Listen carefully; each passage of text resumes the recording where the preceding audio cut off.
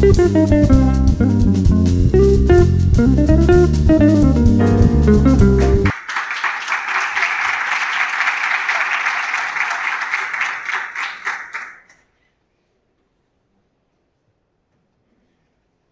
hello. So thank you for your time.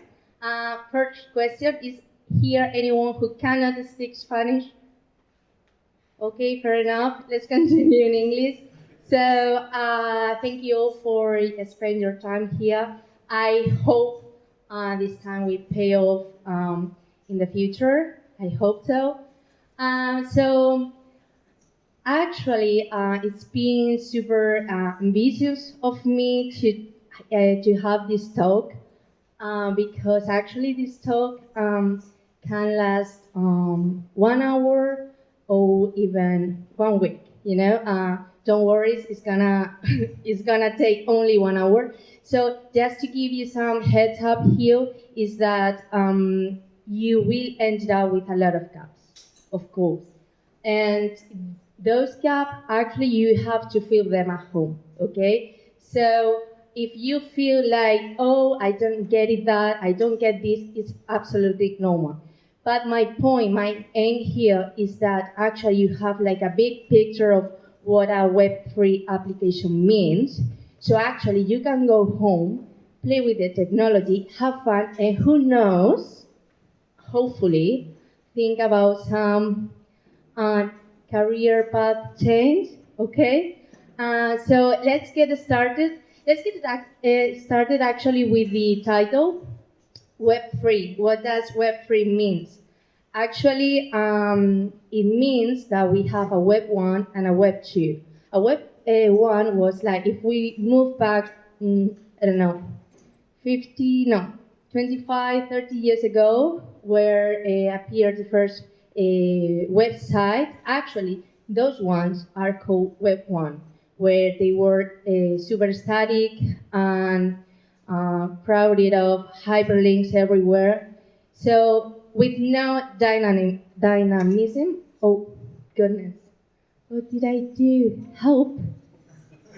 Sorry. No problem. Cosas del directo.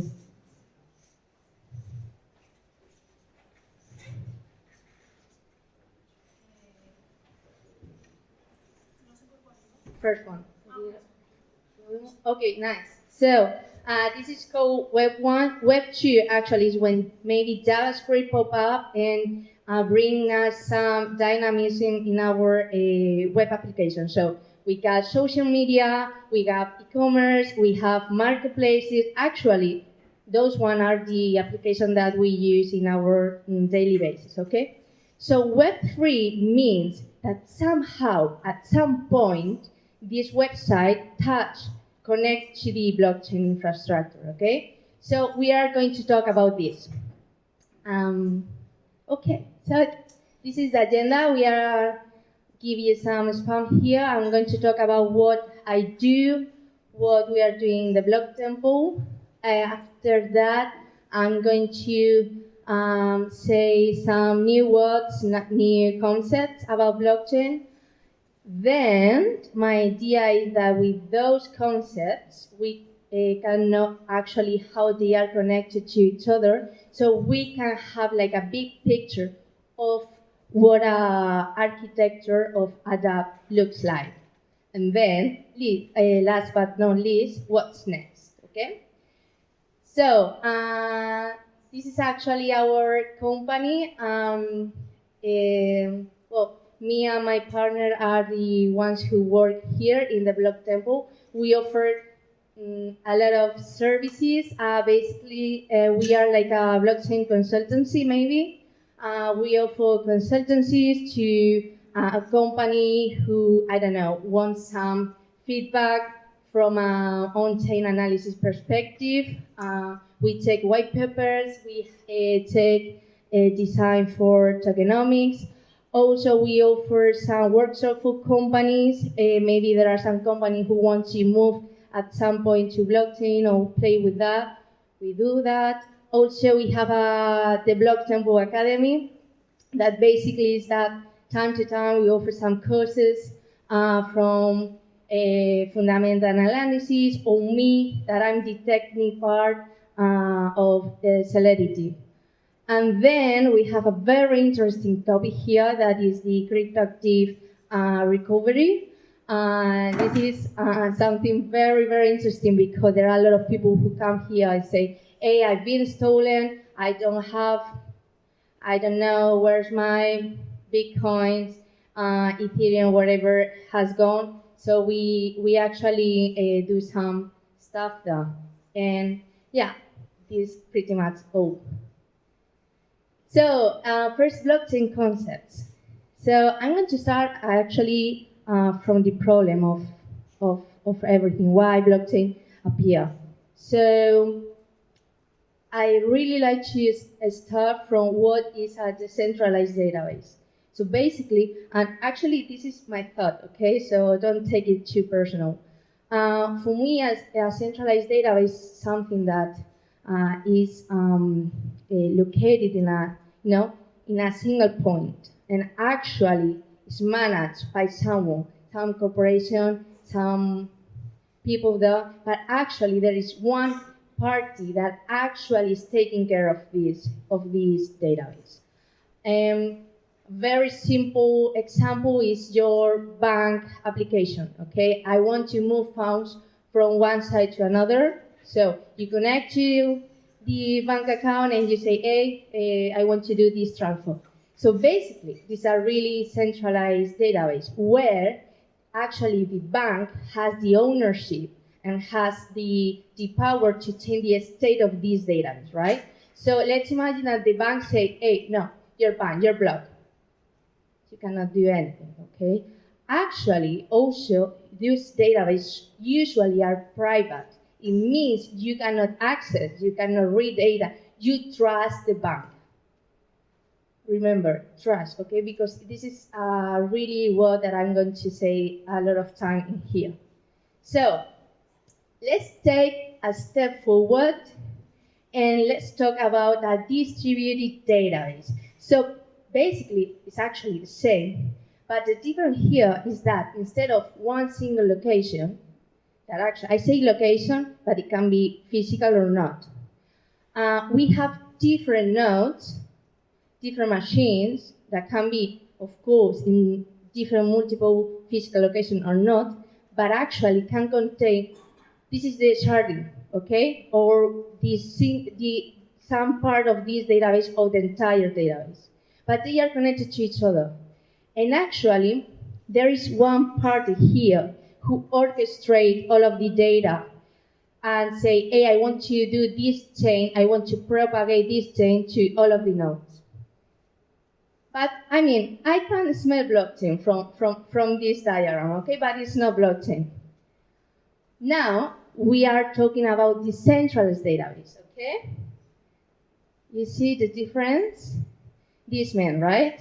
This man is basically the difference. We actually replace that man, that can be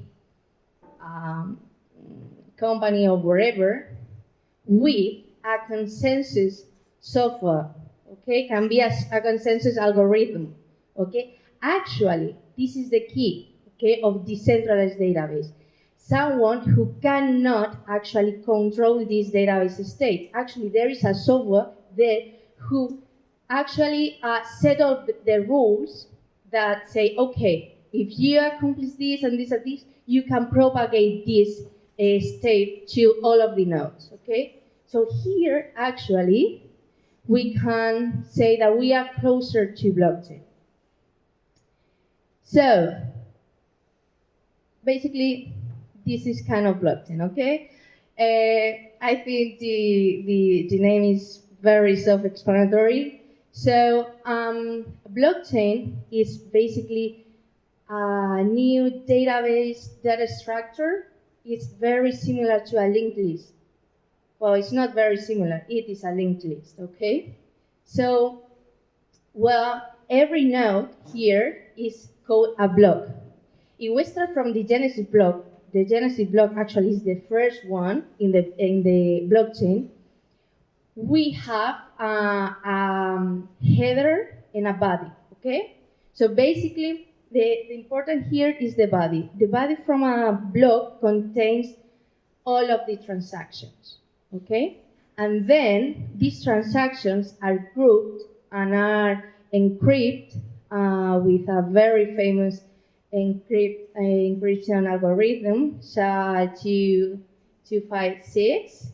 Yes, they are encrypted and they are stored there. Okay, so then we can get a string of 256 bits. So then this hash actually from this block is the reference of this block. Okay, so actually in a linked list we need to reference to another node, otherwise it's not a linked list. Okay. So basically, the second block points to this hash, the first one. That means that if we change something very small from this data, the hash is going to be different. And then we can achieve like a database that is immutable, okay? This hash actually is the sum of this hash plus the hash of the previous block, okay? Then you more or less can see how they are connected to each other, okay? So basically, oh my goodness, wait a minute. No problem.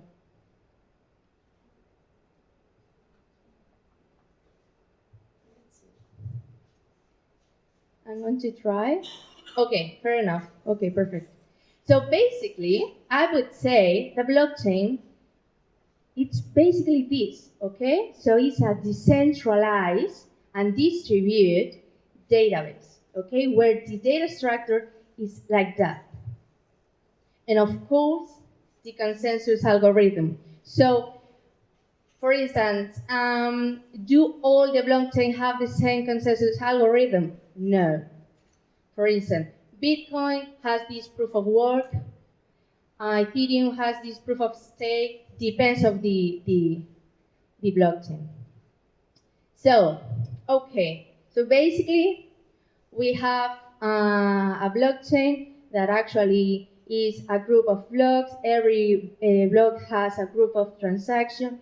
How do I publish a new transaction to the blockchain? So basically, more or less, this is the flow, okay? This is more orientated to Bitcoin because it has miners. But let's see. One person with his wallet. A wallet is a combination of public key, private key, and address. Basically the same when you connect to your bank account and you have to put your password and you have your IBAN. I don't know if in English it's pronounced IBAN. I don't know. It's okay. It sounds good to me. So basically the same, right? You have to put your password to say to the bank, hey, I'm the owner of this account. So basically a wallet is actually the same, okay? So with your wallet, you sign this transaction that in this transaction you say, I want to move funds from my wallet to your wallet with this account. So I publish this transaction to a pool transaction, okay? A pool transaction is a container of pools. And we have the famous miners here that they working super hard to be the first one who take some transaction from this pool, create the block, and try to be the first one to publish the new block here in the blockchain. So the first one to publish the blockchain is the one who earned the money, okay? So this is actually for Bitcoin that use this consensus algorithm called proof of work. In Ethereum, for example, they are called validators, but basically it's the same, okay? Arrays. So, smart contracts. Oh my goodness, this is a really, really famous word in blockchain. I was like, no, I did not anything. Okay, so what is a smart contract? Okay, I've been working with smart contract like a lot of years, and I ended up saying one thing. A smart contracts neither are smart not contracts. They are transactions, okay? Maybe someone can kill me here, but this is a really personal thought. A smart contract actually is a transaction. Simple. But this transaction has something very interesting. It has this code field. Actually, all the transactions have this code field, but for regular transaction, this field is empty. None, null, I don't know, depends on the programming language you are. But for smart contracts, this field is actually set, okay? And how does it look, a smart contract? Like that, like this. Beautiful, right? This, this is actually in hexadecimal bytecode, okay? So, maybe you can think, okay, so a smart contract basically is a program in blockchain. If you publish a transaction to the blockchain, we said this is immutable. It cannot be changed. Stay there forever. I mean, I do make a lot of mistakes every single day at work. And of course, I have to publish some fixes for that. With blockchain, you cannot make any mistake. It's published forever. So if your code has some security leak, sorry, it's stay forever. And it's not the first time. And of course, it's very normal to see security leaks in blockchain. But the good point here is that every time someone fails, the other developers learn. So, well, there are some techniques actually to upgrade some smart contracts and to avoid that. But for me, those techniques are not so decentralized, because actually it loses the sense of immutable. If someone can change, the behavior of some smart contract, it doesn't make sense, right? But I mean, this is another out of topic, another question, maybe another talk. So yeah, exactly. We can have code in a blockchain. And the point here is that, of course, that the longer the smart contract is, the more hexadecimal bytecode we have. And actually, blockchain try to, how do you say, castigar? Punish? Punish it, okay. Punish that behavior. Because blockchain won't like transaction, they want speed. So if you try to deploy some smart contract that's very heavy, you have to pay more. It makes sense, right? So we as developers, we have to think, we have to be smart, like, hey, how can I reduce the amount of code from here to here? So for me, this is one of the best things, because I've learned a lot of software because of that, because I need to reduce the amount of code. And well, basically this is a smart contract, okay? This is the same. I mean, I have not enough code to write this. So I think anybody can write down this bytecode. So for that reason, Solidity appeared. Solidity is a Turing complete programming language, actually. You can apply object-oriented principles, do whatever you want in that. So it's, if you read this, it's much easier than read this, right? So the point here is blockchain doesn't store Solidity.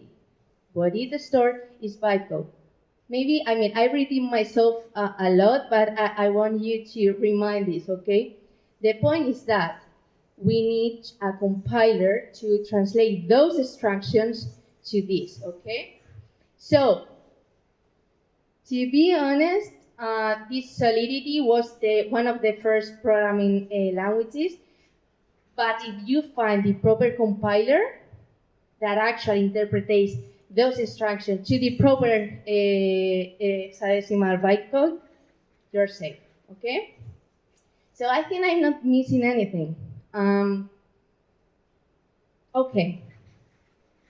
We have a blockchain, we have code that can be stored in a blockchain, but the next question is, okay, how is this code executed? Because what is the difference between code and a plain text? A bunch of strings. What is the difference? One word, execution. If this string can be interpreted, can be executed, it means it's code. So we need a virtual machine to take that instruction and interpret it if code from the smart contract. Maybe I'm mixing up some stuff. This is Ethereum, okay, because it's really well known because of the virtual machine. But a virtual machine, maybe if you don't know, is a software that tries to simulate a real machine, okay? So we have very common components here. We have yes, we have the memory, like a RAM. We have a persistent memory, the storage. We have a stack. Very important, because if we deploy a really, really huge smart contract, even an infinite loop, what do we have? A Stack Overflow, yes, exactly. We have a Stack Overflow, okay? We have a promo counter that basically is the same. It's not rocket science. It's not something new. Point like where I'm, in which part of the stack is the instruction that I'm executing, and this. This actually, I mean, I'm really in love with blockchain. Maybe you can see my face. This gas available. This gas is actually the security strategy that this virtual machine used to avoid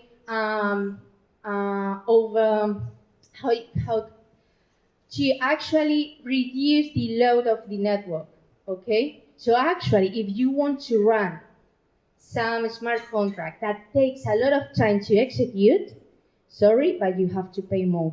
And it makes sense, right? So basically, every transaction, to be honest, I was lying before, every transaction has also a gas fee that is a fee that the user that actually wants to do the transaction is able to pay. No, it's able to pay. I mean, you pay first, and if there is some gas left, I will give you back, but you pay it. So this way, we can actually avoid infinite loops, and we avoid to execute really, really complex smart contracts. As I told you, the lighter they are, the better. Okay, so we have some code in blockchain. We have something that actually executes that code. Now we do know to know how to trigger that execution. So for that reason, we need to connect to blockchain. We need a protocol and a pool. Maybe protocol and pool come together now that I'm thinking. But yeah, actually this is the protocol that use blockchain. For instance, Ethereum is the JSON RPC. You can connect with WebSocket or HTTP protocol. So that means that every node has to expose that, or otherwise you cannot connect to them, okay? And this is, actually, a user can create by hand this transaction with this format and can say, okay, I want to create this transaction. I sign that transaction by hand, remember? I sign that transaction, I put it from the to the data, blah, blah, all the fields, and I publish to this node. This is okay, but this is not so good in terms of user experience, okay? So this is why MetaMask came to action. MetaMask actually is a extension. My goodness, what happened with me? Okay, no problem. So basically, if you don't see my logo, it's okay. I can continue with that. So basically, MetaMask is browser extension that actually do a lot of things. The first thing is that acts like a wallet, okay? A wallet, public key, private key, wallet, okay? So basically, if you connect your wallet there, it can sign this transaction for you. But also, what it does is create this long JSON RPC transaction for you. So you only have to go to MetaMask and say, hey, I want to transfer this amount of money to this account, sign it, just a button, super simple, and that's it. And then MetaMask does another thing. And actually, MetaMask, what it does is connect for you to a default node. They are usually Alchemy or Infura, but what it means is actually you can change the settings like, hey, MetaMask, I don't want to point to those providers. I want to go to my own node. Why not? Of course you can, okay? So I think I'm not missing anything. So basically, we have a smart contract that in the blockchain. We have something that executes. We have something that triggers that execution. We're ready. We're ready to see how everything connects to each other and how it works and how can we create some application using blockchain infrastructure. So this, to be honest, this is also as fun. Okay, in the block tempo, of course, we are a blockchain company, and I had to do some adapt. I cannot set something that I don't do, of course. So as I told you, we offer some courses. It sounds like I'm selling, but trust me, I'm not, okay? I'm not. I'm super busy right now. But,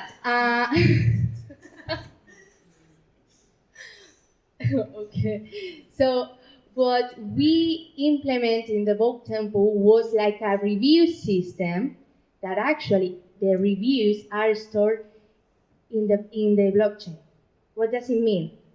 That if some student doesn't like my courses, he can put, hey, Belen really sucks as a teacher, she doesn't know a thing.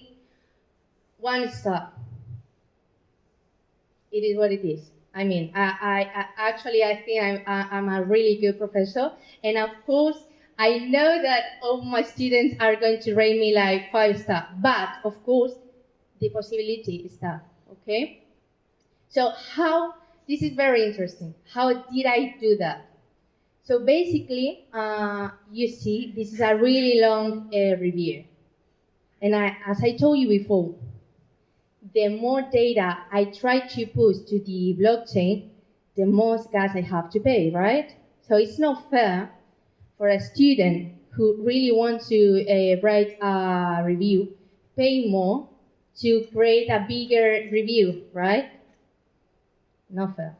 So what did I do? Basically, I told you before.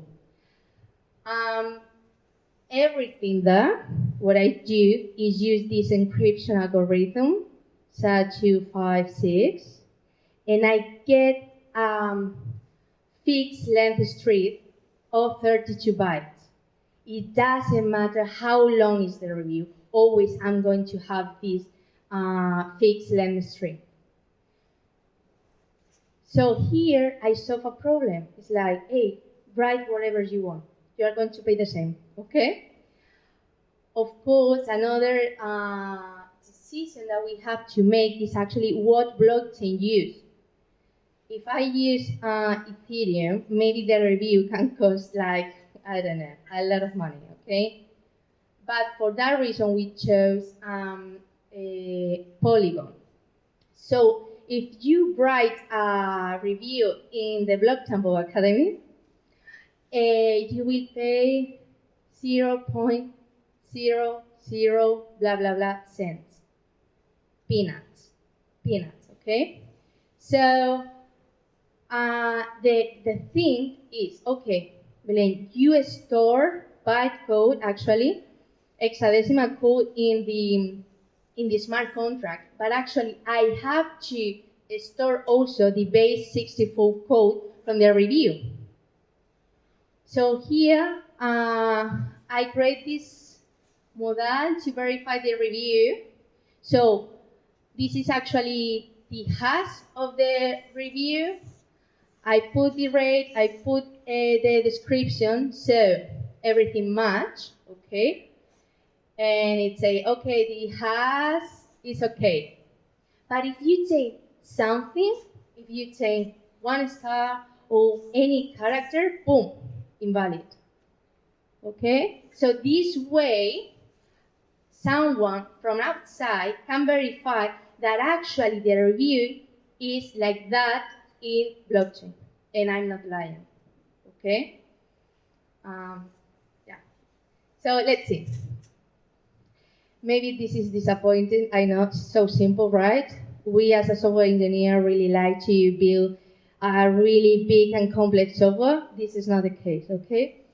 What did I use? Okay, I created a mono repo here using React and Next.js, super simple. So user actually connects the wallet to my website. Then I go here and, oh, okay, I forgot something very, very, very interesting. Every student that pass my courses gets an NFT of the block temple. This way, I know that the address that is connected is one of my students. Actually, I missed to put the NFT because really, I did a really good job with these NFTs. So, okay, so the wallet is connected, and I check if this wallet has one of my NFTs. If it has, I display here a really complex model, say, hey, you can actually write down a review. The user write their review, publish this transaction, put the transaction here. Very important, those has to be atomic, otherwise we can end up with a really awkward situation. I get the the transaction deployed, and then I store here. The transaction has everything in my MongoDB. Using Verso, that means I didn't pay anything yet. Okay, so this is how the block temple is for free. Okay, so yeah, this is pretty much all. So this is I wanted to show this because I think 99% of the DApps are like that. Okay, usually they have a centralized front end. Now we do know what is a centralized meaning, so they do a centralized and a backend thing. They use blockchain for some operations, and of course they have some database, Redis, queues, whatever they want. So maybe here you can say, okay, Belen, this is a DApp that stands for Decentralized Application. This is not Decentralized Application. Of course, you're right. It's not that. But it is what it is. I mean, DApp, if it's connected to the blockchain is called a DApp. But you have to know that maybe you can host your front end and your backend in a blockchain. And this way, if you store the front end and the backend in a blockchain, actually, it can be called decentralized application, a real one, okay? This is not the case. I do know that there are some protocols that actually offer these services, but for me it's not very interesting. I mean, I do make a lot of mistakes. I really want to, deploy fix, hotfix, whatever. And yeah, that's pretty much all, okay? If you see some, for instance, marketplaces for NFT, they are built like that. Some DEX, decentralized exchange, they are big like that. Some store who sells some stuff with tokens, they are big like that, okay? So that's all. I think I'm not missing anything. So, last part, what's next? Okay, I want to play now with that. I want to build something. I want to arrive home and do something. Okay, I'm going to show you what you can do. This is a, okay, wait a minute because this is very important. This is my god. This god is called Patrick Collins. This is a blockchain advocate working for Chainlink, a very famous blockchain company. He offers really good courses, really. So you can learn here how to build smart contracts, how to deploy them in testnet, how to deploy them in mainnet, how to test them, very important. How to create a DApp, this, actually how to build this from scratch. So I can highly recommend Patrick Collins, okay? So remember. So stacks, okay? In blockchain, we are working a lot with JavaScript stack, okay? React is the top one JavaScript framework. GraphQL, Node, Nest.js for backend, Golang, Rust, and of course, Solidity, okay? For instance, I do all of the JavaScript stack here. And if you are really into books, I highly recommend Mastering Bitcoin. It has to be, that is my go-to, you know? Mastering Bitcoin. Then, you can also get this Master Ethereum. It's very interesting to see how those blockchains do stuff differently. And this is a smart contract book. It's really good, but the point here is the technology in blockchain deprecates very fast. So some library that is 2 months old, maybe is 2 months old, okay? So that means that maybe this book is not good now. So to be honest, I would go with Patrick Collins instead of this book, but it's up to you guys. That's it, okay? So Aloy, this is actually the company I'm working with. I'm leading the tech part. We are building an incredible DeFi application. DeFi stands for Decentralized Finances, so people can invest in blockchain protocols.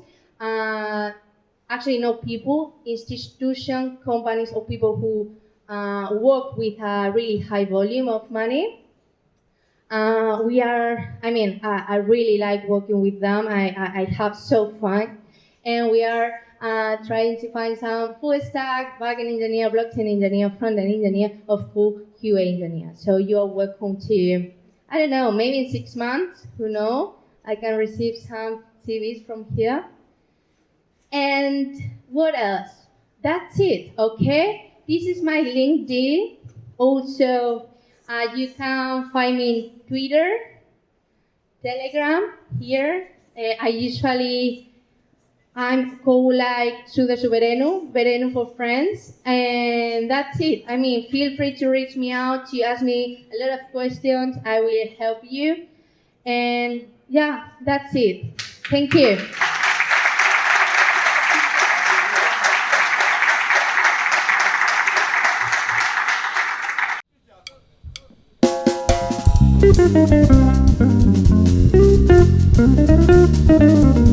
Thank you.